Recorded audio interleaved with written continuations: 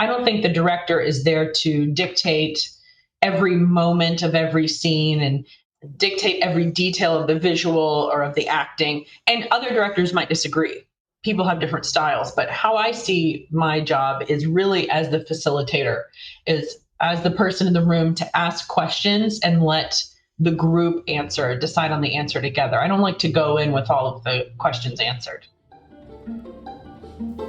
Hey there, welcome to the Conductor's podcast. I'm your host, Chaowen Ting, a conductor with over 20 years of experience working with professional symphony orchestras, opera houses, new music groups, and vocalists. I'm also founder of Girls Who Conduct and have mentored hundreds of conductors from across the globe. I created the Conductor's podcast to share all the behind-the-scenes secrets with you while I interview conductors, musicians, and business gurus from around the world. This is a space created for conductors, conducting students, musicians, and non-musicians who are curious and interested in learning more about the profession, craft, industry, and business. Hello! Welcome back to another episode of the Conductor's Podcast. I'm your host, Chaowen Ting, and I am so thrilled to have you today with me because my guest today is an awesome person, and our topic is a little unique from our usual episode. My guest today is really special because she is not a conductor for one. She is a musician, but her main job is not directly related as performing as a musician. And this is why her stories and experiences that she is going to share with us is so interesting and unique. My guest today, Stephanie Havey, is a stage director working mostly in opera houses. We first met actually when I was looking for a stage director for the NanoWorks Opera, which is an opera company owned by my friend Jennifer Jolly, who is a composer and also opera producer. NanoWorks Opera is short for North American Chamber Opera. NanoWorks Opera is a company specializing in workshopping new chamber operas written by North American composers. When we were looking for a stage director, we wanted to find a woman to form an all-female team between me, Jen, and the third person. So someone at the Opera America Women's Opera Network created a database of people in this opera field who are women, including stage directors, stage crew, tech directors, and all that. And I pulled out that database. There were quite a few stage directors listed there, and I vetted them. So I looked them up, I checked their websites, see what past productions they have done, where they went to school, who they had worked with, and I contact friends who had also worked in those organizations, festivals, or went to schools with those people to vet them to see what they think about this person. And then I contact them to see if they are interested in joining our team at NanoWorks Opera. So here you see your website and your reputation, your network is important because people are vetting you no matter what. And I was so thrilled that we found Stephanie because she is such an awesome person. She is winner of the Opera America Director Designer Showcase. She has staged productions for Seattle Opera, Pittsburgh Opera, Michigan Opera Theatre, Arizona Opera, Atlanta Opera, Opera Omaha, New York City Opera, and a lot more, as you can imagine. And in today's conversation, she is going to talk to me and for us her experience of her career path, how she started as a singer and then emerged into the director's path, her experience working as a young woman in this field, and how she navigates the collaborative nature of this work, working with a lot of other people, from the conductor to stage crew to the set costume designer to creating a budget and all that. We have a lot to cover today, so let's dive in. Hey, welcome to the show, Stephanie. I'm so happy and so excited to speak with you today on the Conductor's podcast. Thanks for having me. Glad to be here.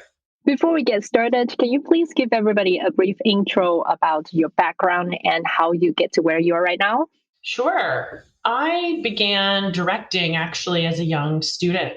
I was studying voice and dance, and I had sort of a hard time choosing one area to commit to. And so a stage director, a mentor of mine, approached me and said, I think you should consider directing. And I thought, wow, I don't know how one becomes a director. I don't know really what that job entails.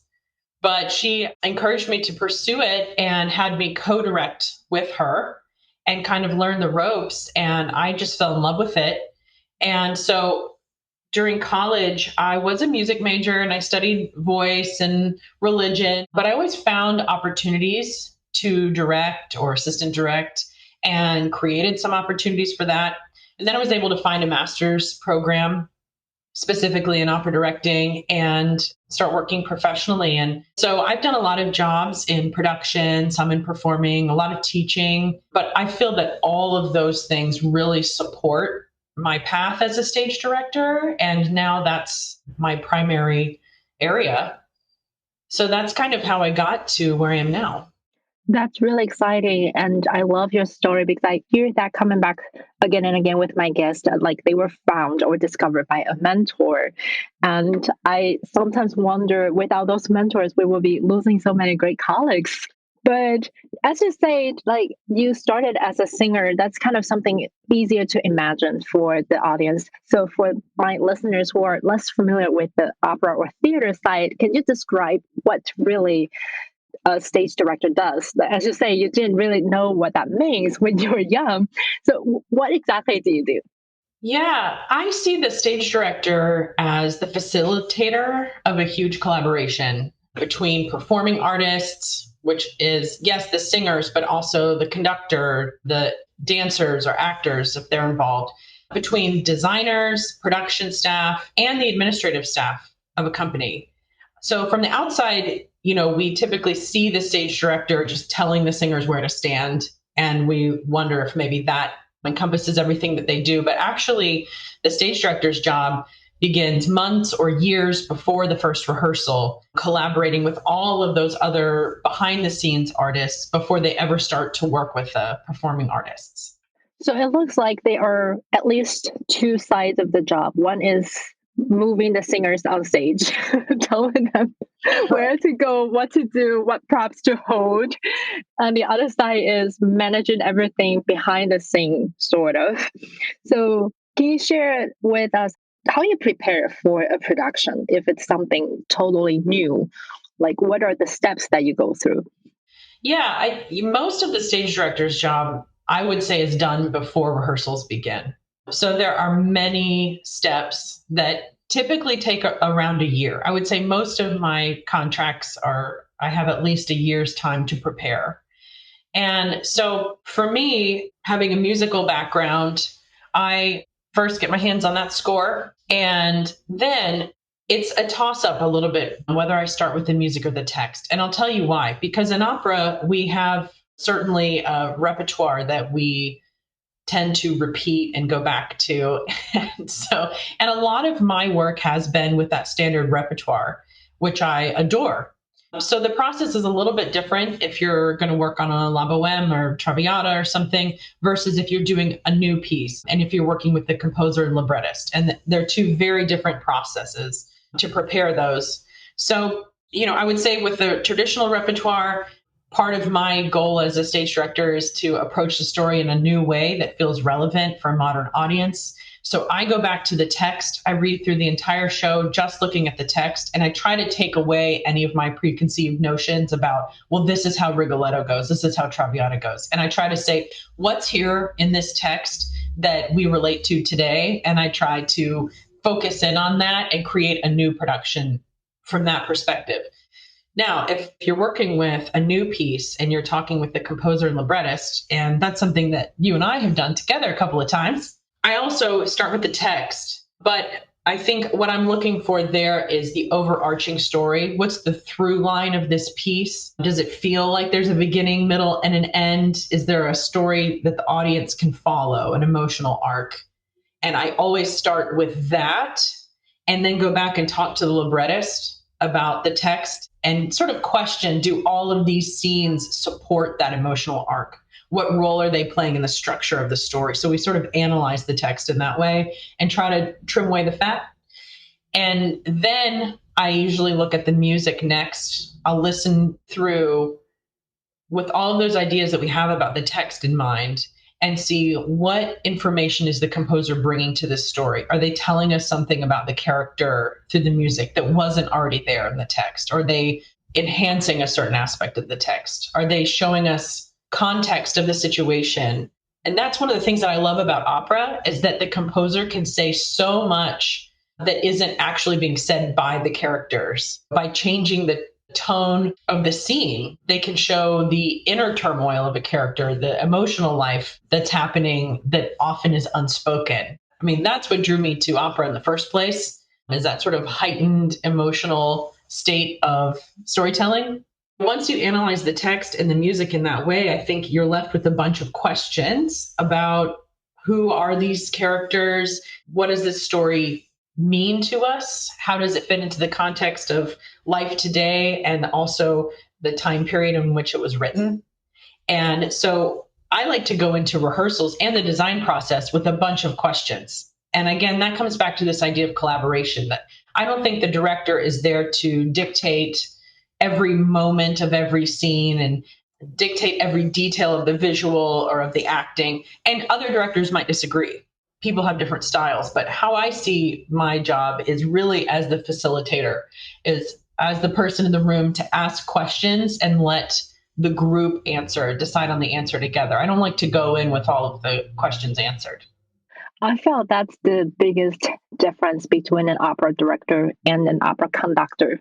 Because if we go in with questions, the orchestra wanted just to eat us. Like, hey, do you want a crescendo here or do you want to slow down?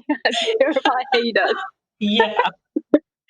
Yeah. No, you're right. It is so different in that way. And I think that historically, perhaps directors had a similar situation,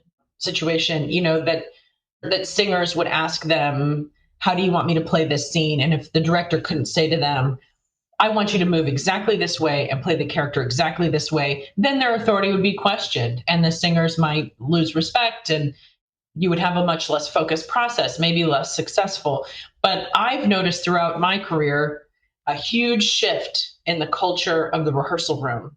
And when I began, absolutely, the director was top dog and you would just see tempers flaring in rehearsal. You would see people, afraid to question their authority, afraid to disagree, afraid to have their own idea.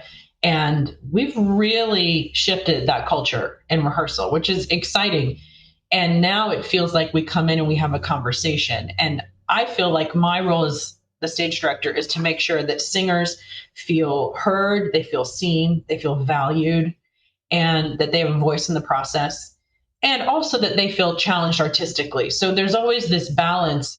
Certainly you have to have structure and direction. It's not that I come in and say, well, I don't know what we're doing, so you tell me, because that wouldn't work either. So it's really this fine balance, this dance where you try to bring all of the voices in the room out and bring them together, but you also have to maintain a clear focus. And you do have to have in your mind a picture of what you want it to look like.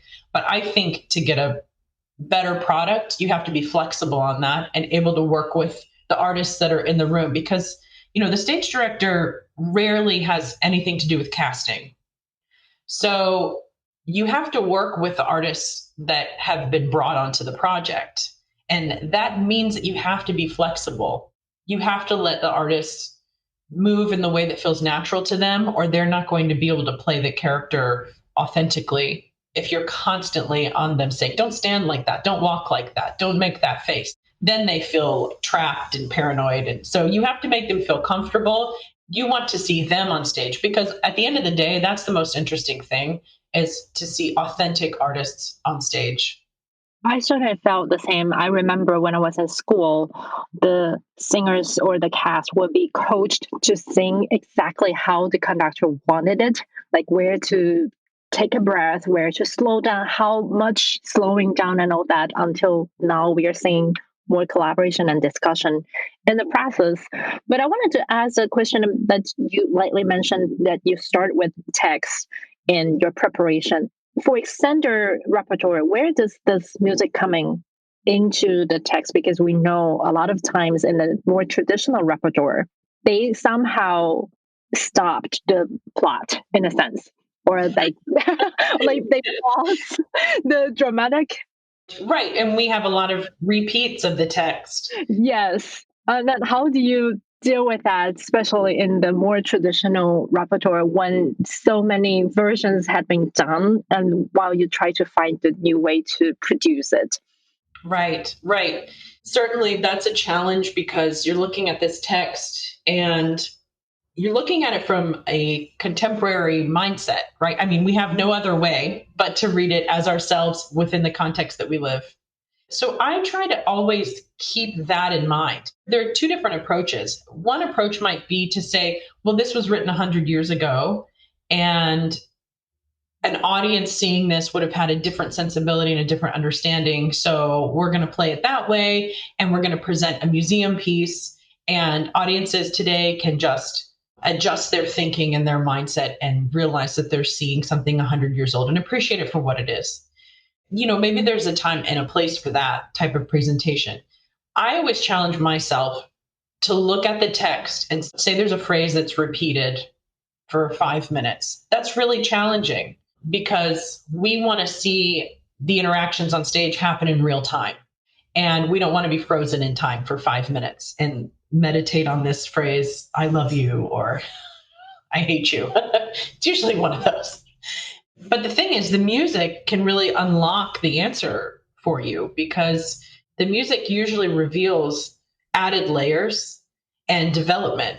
And so even if a phrase is repeated, there might be ornamentation, there might be a change of the melody, there might be a change of orchestration that gives us some clue as to the emotional life that the composer was trying to create in this moment. And so if I hear like a new instrument comes in or the phrasing changes on a repeated text, then I try to imagine the circumstance that might inspire that to happen. And if I can, I try to make something happen for the characters in their interaction that would inspire that change. So it's not just that the one character is saying, I love you, and they are happy about that, then they're sad about that, then they're confused about that. They might experience all of those emotions, but I challenge myself to create some physical circumstances that would make them happy, sad, and then confused. Maybe they discover something on stage. Maybe another character walks in, another character makes an action on stage that would lead them to feel confused or sad or whatever. And that's something that I get a lot of feedback about in my work in particular, is that I stage a lot of this traditional repertoire and I'll set it in the traditional setting, the traditional time period, all of that. That for me, it's not important to change the setting in order to make the story modern. To me, what we have to change is how the characters think and act and respond. Because I think what we want to see now are three-dimensional characters who are intelligent and who are taking actions in their daily life in real time. Whereas, like I mentioned, I think in history, maybe there wasn't quite that expectation in opera. People were there to sort of hear pretty singing and a concert, and they weren't really looking for actions to happen in real time. Certainly. I think you're absolutely right about people's expectations were totally different back 100 or 200 years. And we have to remember that there was probably their only entertainment back then. They were not competing with Netflix or right. other life, like everything with the effects and pretty scenes and all that. So I had another question. This is for me and also for some of the listeners who might not know this already. Sometimes I see the advertisement or the announcement of a certain opera production that they are from the production, say from the LA Opera or from the San Francisco Opera, does that mean that this production is repeated? Or how does that mean that when you are having a production being toured or transferred to different theaters, but maybe with a different theatrical setting, physically a different house, different cast, how does that work? Right. Well, there's a variety of ways in which that can work. Well, I'll say at the base level, it usually means that the set has been rented from the other company. That's the commonality. And that happens quite a bit. Almost every single opera company rents sets and productions from other opera companies. I mean, the Metropolitan Opera rents sets from other companies. So that's extremely common. Now, when they're renting a set, sometimes the stage director comes with the set. Sometimes that's part of the contract, that if you want to rent that set, then the company's obligated to hire the same stage director who created the production. That director comes and they're going to recreate their staging. It'll be the exact same staging that happened at the previous company. Sometimes they'll hire the same singers. Most times they don't. Most opera companies like to create their own casting and they'll hire all new singers. So you'll see a new cast doing the same staging on the same set. But it is also very common that a company rents the set and they do not hire the same director. They hire a new director who does new staging, and they might rent the costumes that were originally with the set, or they might rent completely different set of costumes, which could even change the time period depending on the costumes. So then the staging could really be quite different. So, as a stage director, we do all of the above. And that's kind of what makes each project interesting and unique for us, because we come in and say, okay, am I creating a new set, a new production for you? Are any of those pieces already in place? And then you just work with a combination of what you've been given. So let's come back to the thing that you mentioned. So you say it's that companies rent out the set, but the set is created by the set designer. And I know with that, there are more things, lighting design and costume design and all that. What is the stage director's role play in all that? I mean, coordinating with those oldest designers. Yes. Well, like I said, most of the stage director's job happens before rehearsal begins. And a lot of that has to do with collaborating with the designers. So when you're creating a new production, you have a scenic designer, lighting, costumes, sometimes more commonly now a projection designer and wig and makeup designer. And those are kind of your lead designers. There may be others as well added to the team. And oftentimes an opera company will ask the director to bring along their own design team. In that case, I will identify various designers I've worked with before that I think would be good for this project, and I think they would work well together. And then the company engages all of those people and we start to have design meetings. And for my first design meeting, I want to come in having already analyzed the text and the music and considered how I want to tell the story. Usually I've already thought about the setting that I would like to create, meaning the time period, the location, if you're going to change it from the original, and also the style of the visual design, whether you want to do something abstracted or stylized or something extremely realistic where, we're trying to put like a town on stage and we need like 100 townspeople and they all have various props and there's shops and, La Boheme Act 2. Like sometimes you try to create a realistic scene. Other times you're doing something with projections and it's all sort of symbolic and more esoteric. So when you first meet with your design team, the director will usually present an idea, like I'd like to set it in this style, in this way, and here's some research about the story and about that style. Usually you bring in a bunch of images and maybe some articles that are talking about the main themes of the piece that you'd like to bring out. And you sort of offer that to the design team and then they chew on that for a while.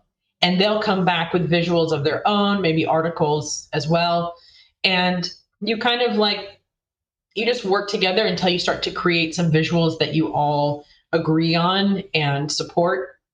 And once you've created a visual, like usually a storyboard. You make up a storyboard of the whole opera, and then you go back to the company and you pitch that. And you say, this is how we'd like to tell this story. And this is about how much money we think it would cost. And then you start negotiations with the company on, what they can afford. And then you have to shop that out to a bunch of different scenic shops who might build it, and they bid on the pricing of the build, and there's further negotiation, and you end up cutting a bunch of ideas. But, that process is really fantastic because it causes you to challenge every idea you had and say, well, what's really essential to this art? Do we need that costume? Do we need this scene? How could we represent a house without building like 4 walls and furniture and everything? Could we pare that down to something really simple that would register with our audience? And then also you have the element of the administration of the opera company. And hopefully they communicate to you early on what they feel would appeal to their audience and to their company, what their company would like to present. Maybe you already know that if you know the reputation of the company. But there's also a stage where after you present your idea with the design team, they might come back and say like, oh, well, our audience would really be shook by this idea. So we should discuss that and consider it. Is this going to work in our town, in our community? And again, different stage directors approach that in different ways. Some directors are here to make art in one style with their voice, and they're very unique and they're known for that. And they're not going to compromise for any community or company or whatever.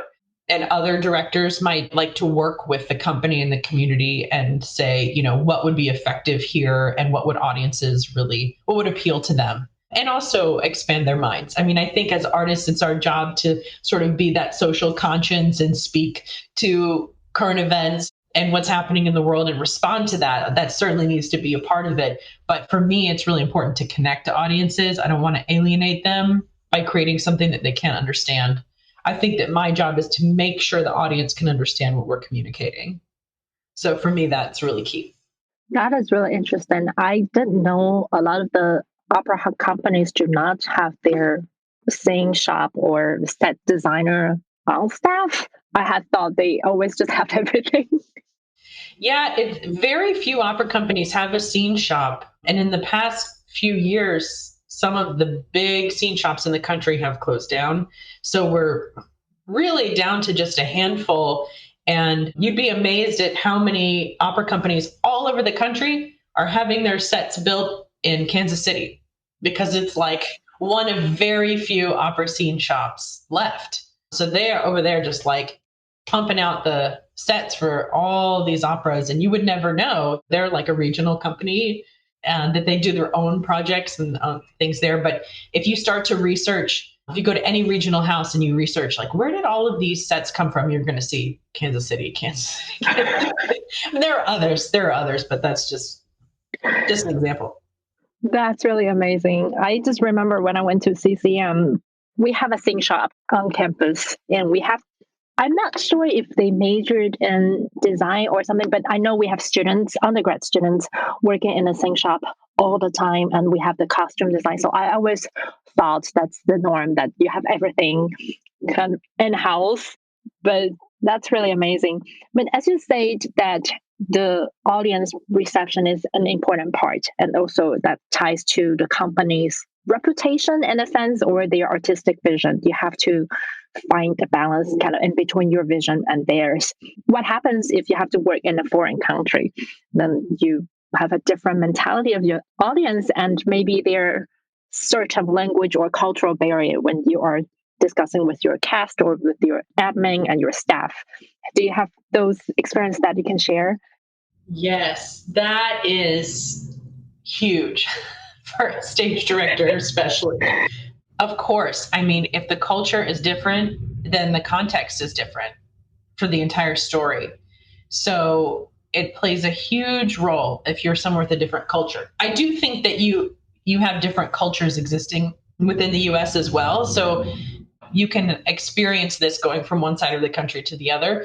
But yes, certainly when I've worked in other countries, you see a different response, especially if you get the opportunity to present the same production and you're remounting it in different countries. That is so fascinating for me to see how different audiences respond to the same work and the same staging.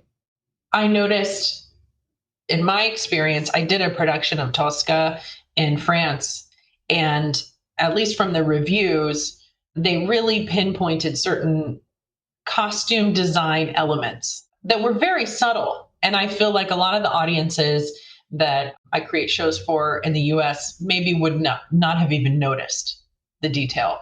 But that was something that they really zeroed in on, and they liked that. But that just was interesting that made the review, was a costume detail. And you also notice a big difference culturally in different countries around how people feel about sexual themes on stage.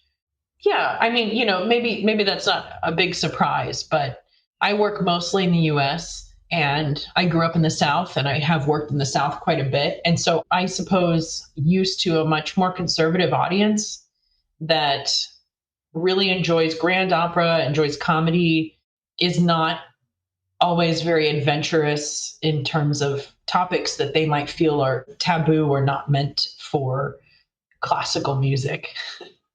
Yeah, I can certainly see that. And I know specifically for opera still, there are still a lot of very conservative audience members. And also, I think part of the reason is still, especially in the United States, opera is still a very expensive art form to attend, even to access to. And it's still hard to break that barrier. I don't know. I sometimes feel it's harder than, say, symphonic orchestral music because of that elite status. But on the other side, there's a story to enjoy. It's really fun to watch when it's done well.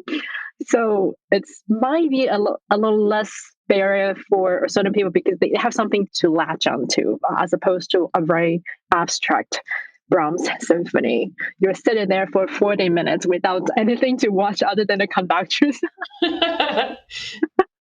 Yeah, that's right. And historically, opera has always had social commentary as an aspect of where the stories come from and how they're told.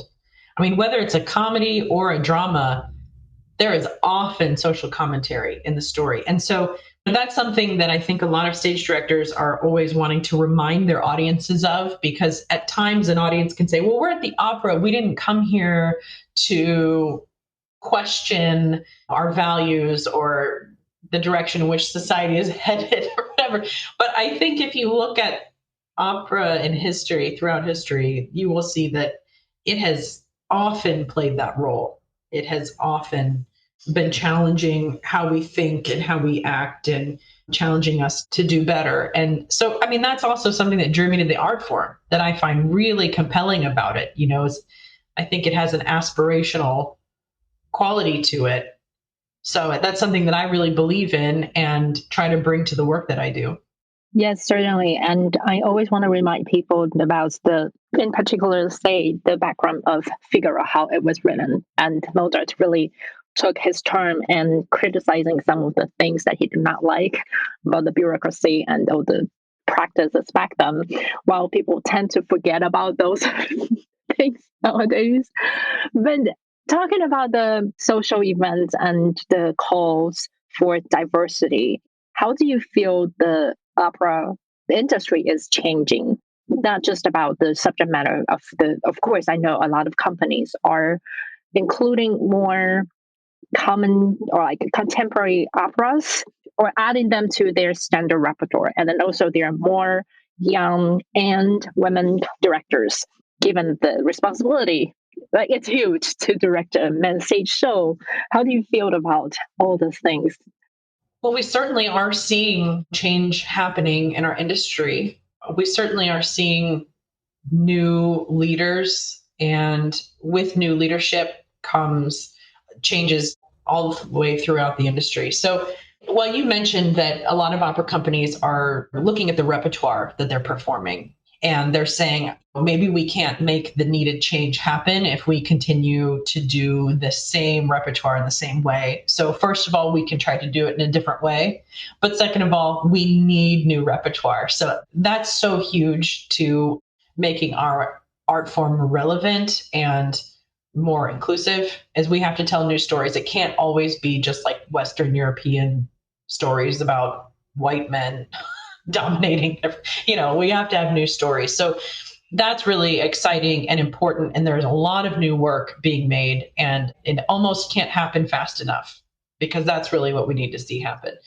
But we also are seeing changes in leadership. We're seeing a lot more women and people of color moving into like the top level leadership positions. And that's fantastic. It's very encouraging to see.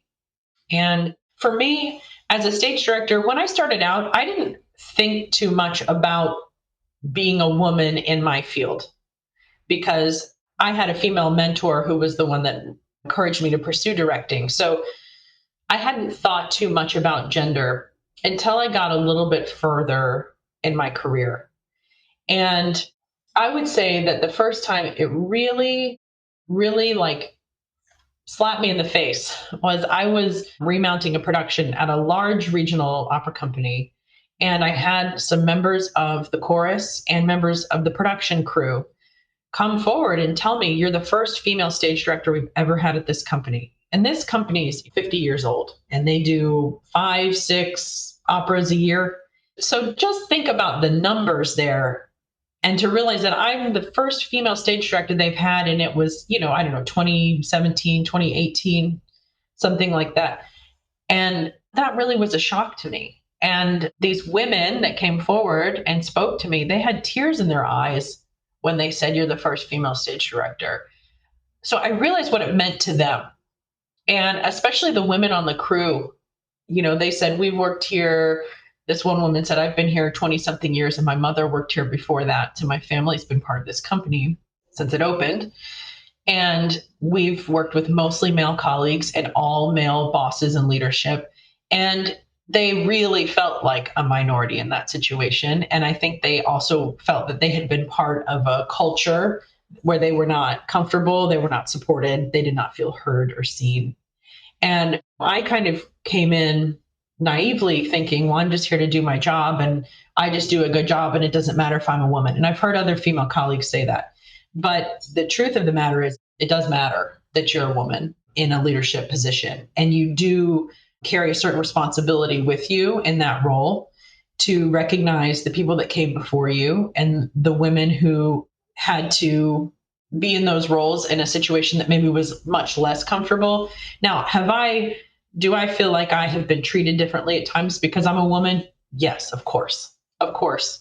But for me, really, what's more profound is realizing the honor that it is to be in my role, regardless of gender or anything like that. But to be in a leadership role, it's a responsibility. You have a responsibility to all of the people who are working with you and who you are leading through a process. And I see it as a responsibility to take care of them and make sure that they're able to do their best work and they feel supported and valued. And it might not be fair to say that women have those priorities more than men have those priorities.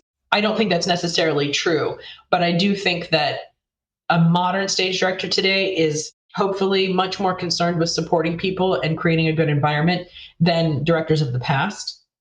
And I do think that, whether it's because I'm a female or not, that's something that I bring to the table and that I try to promote, is a positive work environment and really caring for people. And I do think that one of my main qualities is being empathetic.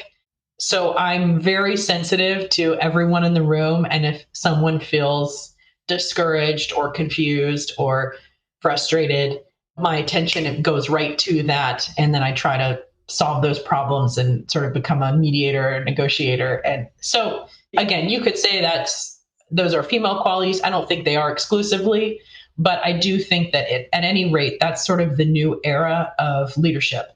And I'm happy if I can be a part of it and move us in that direction. Totally. I think it's really important that women are seen. And a lot of times I felt, I'm just here to do my job well. But it does make a difference when they're seeing a woman leading anything, either the stage direction or leading the ensemble. I remember a mentor told me that in her early days as an opera conductor, she would walk in the house with a score in her hand, and people assumed that she was the stage director. It's like, oh, you're the new stage director, because like they thought if a woman comes in, she can't be the conductor; she must be the stage director. That was something. Wow. But back then, I didn't think, oh, they would be more okay with a director being a woman, or maybe there was a cultural difference. Do you have anything that you want to share that how you have navigated any difficult situations? That is interesting to hear that they thought you were the stage director, but it also makes sense because I would say when I was starting out, there were some female stage directors and I got to assist some of them, which was fantastic. And it also, I had their example to look up to. It made me believe that women could be successful stage directors and have a full-time career doing that. But there were several times where I walked into the theater and they thought I was the stage manager, which is a field that now is, I'm going to say, predominantly female. And so I just think that change is just very slow going, but we saw stage management become a lot more women in stage management. And then over the next 10 to 20 years, we saw a lot more women as stage directors. And I really think that it's just in the past couple of years that the world is talking about female conductors and needing to promote that and support that. We have the Conducting Institute and all these different programs, that are just getting started and saying, let's identify some talent in the conducting world. So I'm not terribly surprised to hear that people would make that assumption.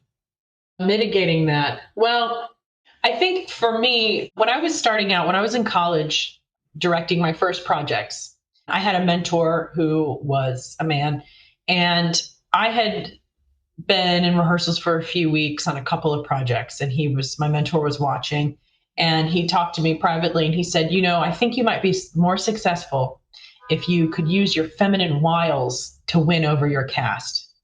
And that just burned me up. That made me so upset.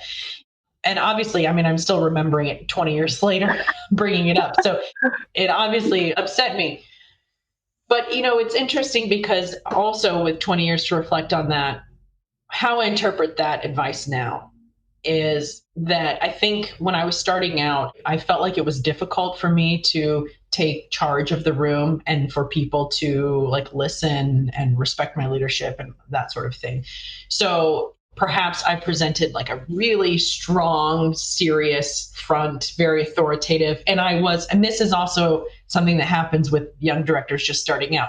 You do tend to demand everything looks this way and it goes this way and everyone has to follow your, because you're trying to find your voice and you're trying to find how to do this art form.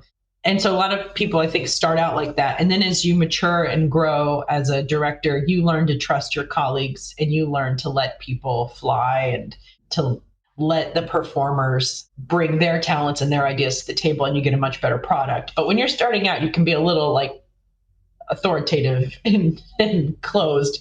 And I think that what I've had to find over the years is a nice balance between showing strong, clear leadership, but also letting some of my personality shine through and being a human, interacting with my colleagues as a human, being able to have a sense of humor, being able to show empathy and emotion, because we are creating art. We're not just doing a business deal or something. So I think if I were to look back on that advice now, I took it as some kind of misogynistic, condescending comment. But I think if I were to put that aside, I would say that the advice was to bring yourself to the table. And that means something different for everyone. But I think it's important to feel like you can bring yourself. And women of the past probably didn't feel like they could bring themselves to the table. And that's the difference. That's where I do feel like it's an honor to be able to walk into rehearsal now and present the way that I do and show who I am, because people haven't always been able to do that, been safe to do that. Totally agree. And coming back a little bit to this side about opera directing, How do you work with the conductor if you have different ideas or different directions where this? And I have to say, for honesty, I always thought this is a little odd for me as a conductor because typically we have a week of musical rehearsals and then the stage director comes in. They can have very different ideas and requires different timing for things. And a lot of times I felt I was doing nothing or like my time was a little bit wasted or I could have done better if I could incorporate the musical stage with the staging thing better, then I could have done my job better. But how do you feel about like your collaboration and the directions with and working with a conductor in general? Well, every collaboration is different. I've had all sorts of different experiences collaborating with conductors. The best scenarios, in my mind, are when you're able to talk with the conductor before rehearsals begin and discuss a little bit about how the production's going to flow. Like, for example, if I'm hoping that a scenic change can happen during a certain section of music, like maybe there's a overture or interlude or something, and I'm thinking, oh, the scene change is going to happen here, that kind of thing. Most conductors aren't too interested in that. They're not really worried about the scenery or whatever.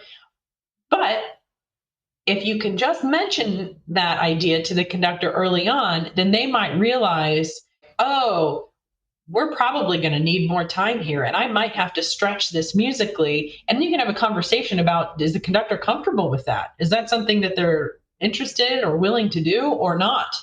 You have to discuss with the conductor early on the cuts, musical cuts, and where an intermission will happen if there's more than one, or all of that sort of thing. So it's sort of like the structure of how we're going to present the piece. And some conductors are more interested in these conversations than others, to be honest. But I think it's great if you can really have a conversation about the musical cuts, how the storytelling will take shape musically. And then also, some conductors love to discuss the characterization, especially if it's an opera in a time period where improvisation or ornamentation is possible or expected. Then I think it's really important to talk about the characterization of how you're going to play this person, because what ornamentation would be best suited to the character. And some conductors want to decide that completely on their own. Some want to talk with the singer, decide it together. In my mind, the best situation is when all three of you are collaborating together. And that way you're all trying to tell the same story. Because sometimes you will attend an opera and you will feel like one of the singers is not in the same production as everyone else.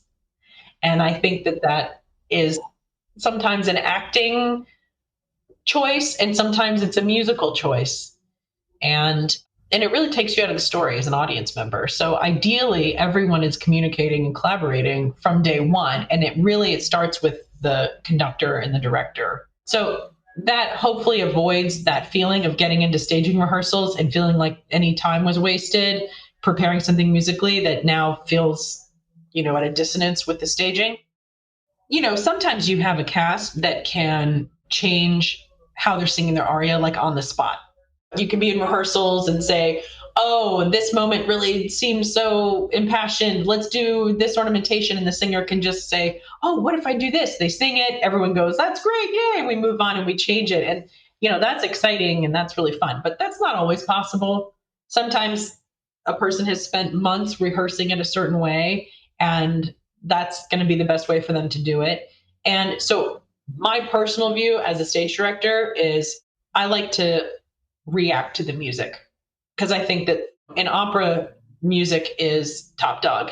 So I create the staging that supports what's happening musically. So if that means that the conductor comes in and says, I've prepared this, and these are the cuts, and this is the phrasing that I will be doing, then I can create staging that goes with the music phrased in just that way.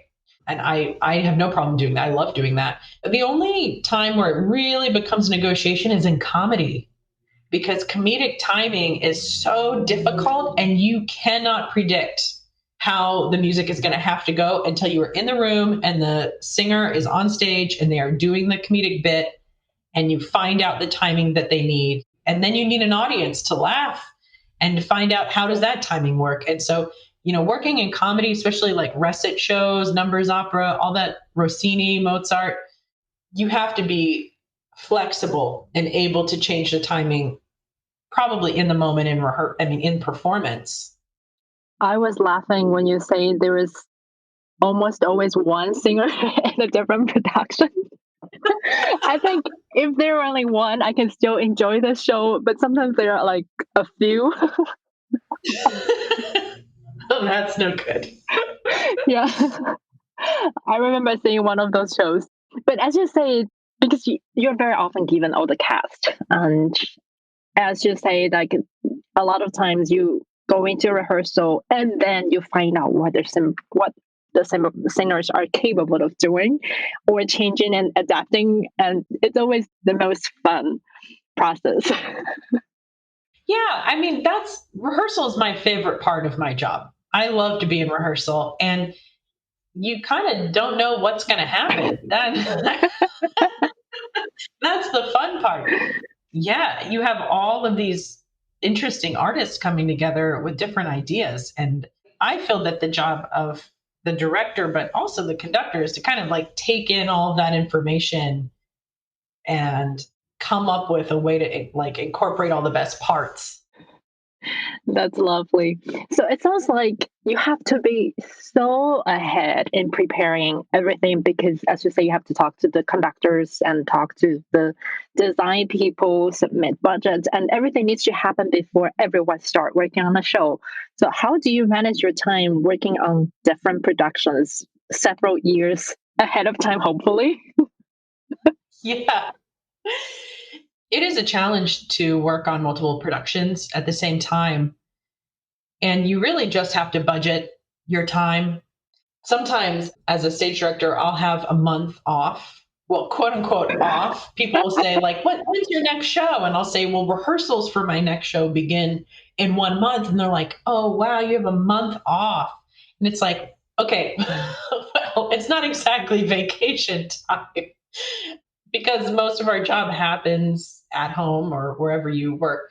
So you really have to budget your time. So I have a home office and I still use like old school calendars, handwritten calendar. I have everything online as well, but for me, I'm a visual person. I think that's part of why I became a director. So I like to have visual calendars and to-do lists in my workspace. So I kind of keep tabs on the progress of each show. And for example, right now, I'm really in the thick of preparing 5 different productions now. And there are more that are coming down the line, but you have to say like what's humanly possible for me to sort of keep in my head at the same time. And so I'm constantly reassessing my priorities, what projects are coming up, what deadlines are coming up. And you have to set deadlines for yourself because oftentimes the opera company just says like, well, this will be the first day of rehearsals. Sometimes they'll say, your scenic design is due by this date, or the rehearsal schedule is due by this date, the props list is due, musical cuts are due. You might be given a few deadlines, but it's different at every company and for every show. And so you basically have to create your own system. And once I am contracted for a show, I basically immediately set up a calendar and a timeline for myself and say, I need to speak with these collaborators. We need to have a draft of this done. And then you want to start sending information to the company as soon as possible to get that feedback because you're always going to have to make changes. And it's much better to know about that sooner. So that's it. And for me, I have to have deadlines. I'm a person that sort of functions based off deadline. So I think part of it is just getting to know yourself and what's going to keep you on task and focused and just keeping tabs on all those different facets of the production. It sounds like a lot of things, especially with 5 productions. I can only imagine us having piles of scores that you go through, but you have more joints to move. So for people looking into perhaps choosing opera directing as a professional career path, what would you say to them? Or where can they find out more or being more resourceful? Well, it really depends on where you are on your path. If you're a student who's interested in directing, that's a great time to consider it and research. I started as a student just asking my professors and teachers for some directing opportunities, and they were eager to offer opportunities or create opportunities. Whether that was, in initial days, I would assist my teachers and professors on things they were directing. I would be an assistant director. And then once I learned a few technical skills and production skills, then I got into stage management. And I do think that stage management can be a fantastic avenue for someone to learn about what a director really does. I mean, stage management is a career unto itself. And many people go to school for degrees in stage management, and it's really challenging. But there are opportunities for like stage management internships and being a production assistant and that kind of a thing, where you're not, the safety of everyone on stage and like their lives are not in your hands, but you're there at all of the meetings and you're learning the background information. And for me, I stage managed for a few years. I started in grad school, and then that's what I did my first few years out of grad school. One of the things I did. And it helped me to learn about all of the technical work that happens backstage. I think it's really important for a stage director to understand that, to have a basic understanding of what everyone on the crew does, how long it takes, how the set is built, how the lights are focused, how the sound is run. I think it's only fair that if you are setting up a schedule and managing the time of all of these people, that you have at least a basic understanding of what it is that they do, how difficult it is, how long it takes, how much it costs the company, those types of things. So getting a job in production in early days is a great way to start. A lot of singers have an interest in becoming a director, and I think that's fabulous. There's a lot of successful directors who were singers at one point. But again, I think the information that the singers don't have is that production information.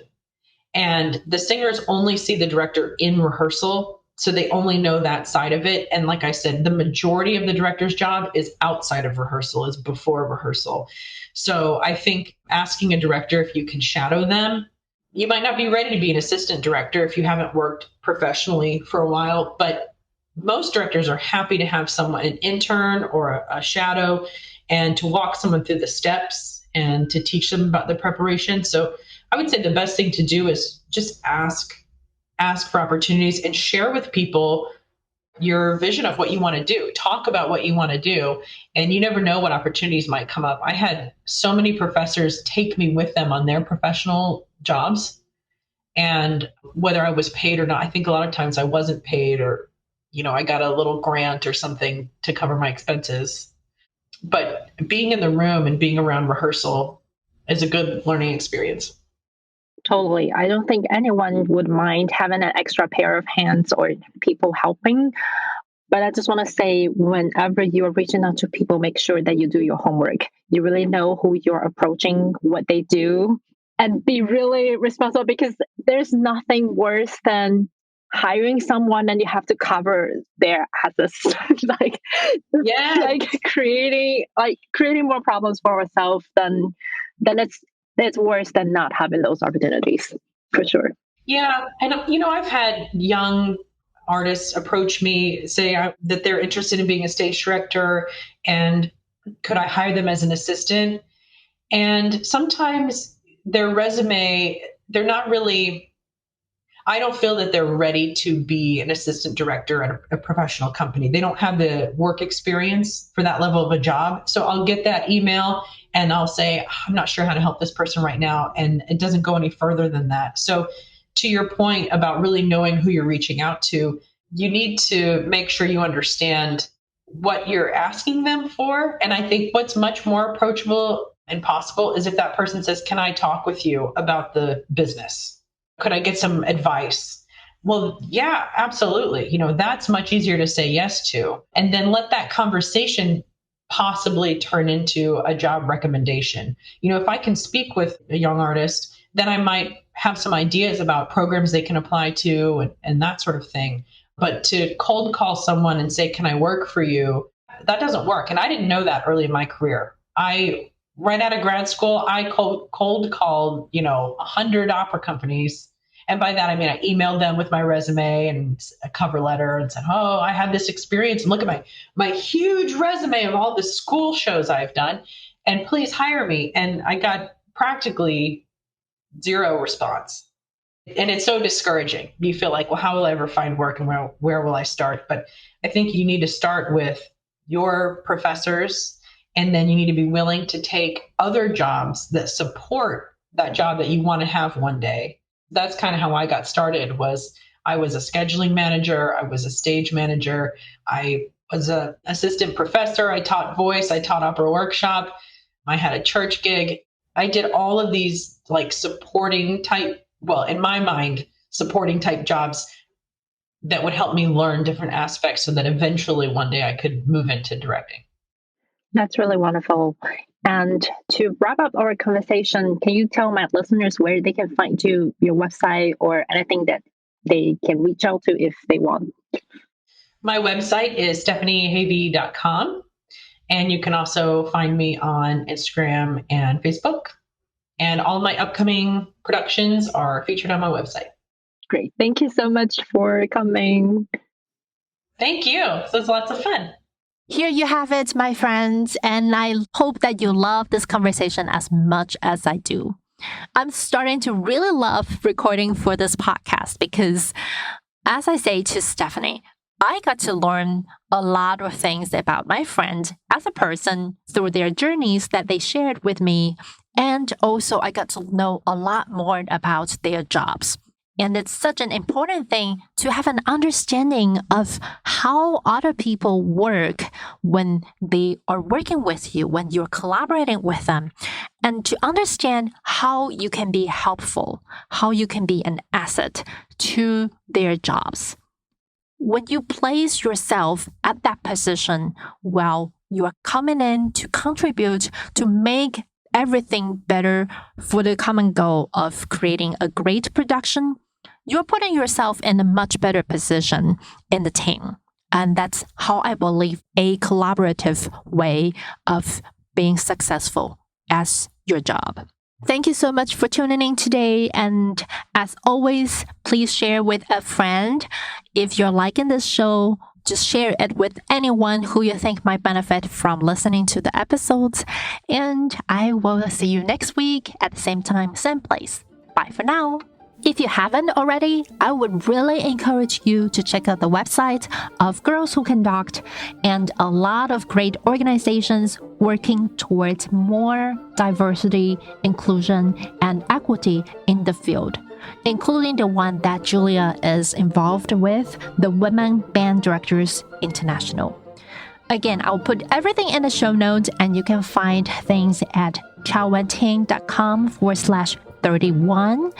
And I will see you next week at the same time, same place.